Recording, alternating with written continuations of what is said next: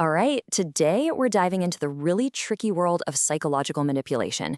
We're going to look at a common tactic that abusers use to completely flip the script, how that can provoke a pretty extreme reaction, and let's call it a controversial coping strategy that comes with some very serious risks.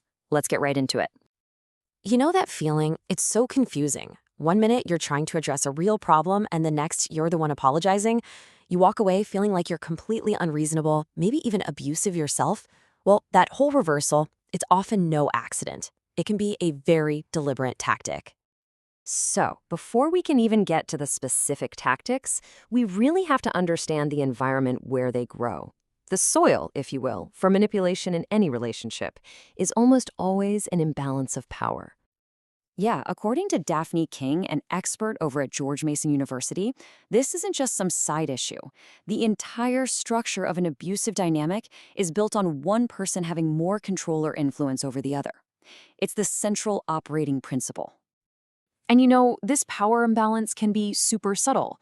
It could be a big income gap that creates financial dependency. Or maybe in a social setting, one person is just way more popular and uses that social capital to isolate their partner.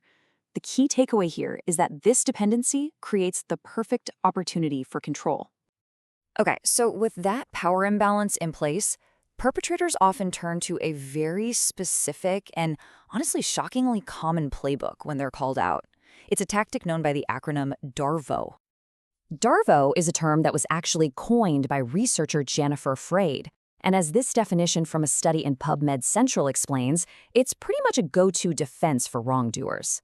This isn't just about disagreeing. No. It's a three-step process designed to flip the entire script. So let's break this down. First step, you've got the denial. That never happened, you're just exaggerating. Then comes the attack. You're crazy, you're way too sensitive, you're just trying to hurt me. And then, for the grand finale, reverse victim and offender. All of a sudden, they're the one who's been wronged, and you're the bad guy for even daring to bring it up. This quote really highlights the two-part mission of DARVO. Goal number one is to create so much self-doubt and confusion in the victim that they just give up and go silent. Goal number two, make the perpetrator look like the sympathetic party to anyone watching, which totally isolates the actual victim. And this isn't just some theory about arguments between two people. Researchers have found actual quantitative evidence that people who use DARVO are also much more likely to hold beliefs and engage in behaviors that fuel a wider culture of violence. Just look at this. The study published in PubMed Central found that in a community sample, people who admitted to using DARVO also showed a strong positive correlation with accepting rape myths and perpetrating sexual harassment. In other words, this tactic is part of a much bigger, much more troubling worldview. So, if you're the one constantly getting hit with denial and gaslighting, how are you supposed to react? Well, this brings us to a really misunderstood phenomenon, often called reactive abuse, and it can trap a victim in this awful cycle of confusion and self-blame. It is so important to understand this definition. This is not about someone starting a fight or initiating abuse. This is about a person who has been pushed way past their breaking point by prolonged control and manipulation. It's a survival response, really. It's that moment where the brain's fight or flight system just takes over. The motivation here is the key difference. Primary abuse is all about gaining and keeping power. Reactive defense is about trying to make the pain stop. And just look at the aftermath. The abuser feels justified. They deflect, they deny. But the person who reacted, they're often flooded with shame, thinking, oh my God, maybe I am the monster. And that is exactly what the manipulator wants. So if arguing back can lead you straight into this trap, what else can people do? Especially if they can't just leave the situation right away. This leads us to a coping strategy known as the gray rock method. So the idea here, as explained in Medical News Today, is that a lot of manipulators basically feed on drama and emotional reactions. That's their supply. So by becoming as boring and unresponsive as a gray rock, you essentially starve them of that supply. And the theory is they'll lose interest and go look for it somewhere else. In practice, this means being deliberately dull. It's answering with, okay, or I see. It's refusing to take the bait for an argument.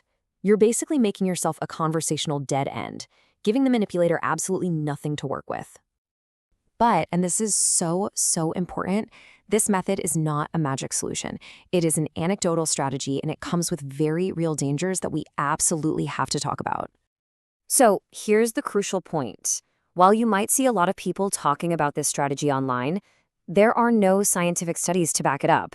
We have no data confirming that it works, or more importantly, that it's safe for everyone in every single situation. I mean, just think about it. If a manipulator isn't getting the reaction they want, they might not just give up. They might escalate. They could get angrier, more manipulative, maybe even more aggressive to force a response out of you. And on top of that, constantly bottling up your own emotions, that can take a huge toll on your own mental health. This quote really sums it up perfectly. At its very best, gray rocking might be a temporary tactic for minimizing contact with, say, a toxic coworker or an ex you have to co-parent with. It is not a solution for someone you live with who is actively abusing you. As we wrap up, the whole goal here is clarity, right? Understanding the mechanics of DARVO and power dynamics and reactive abuse, it helps demystify what can be a profoundly confusing experience. It gives you a language for what's happening. And really, that's the ultimate question. Naming these tactics is empowering for sure, but it is only the beginning.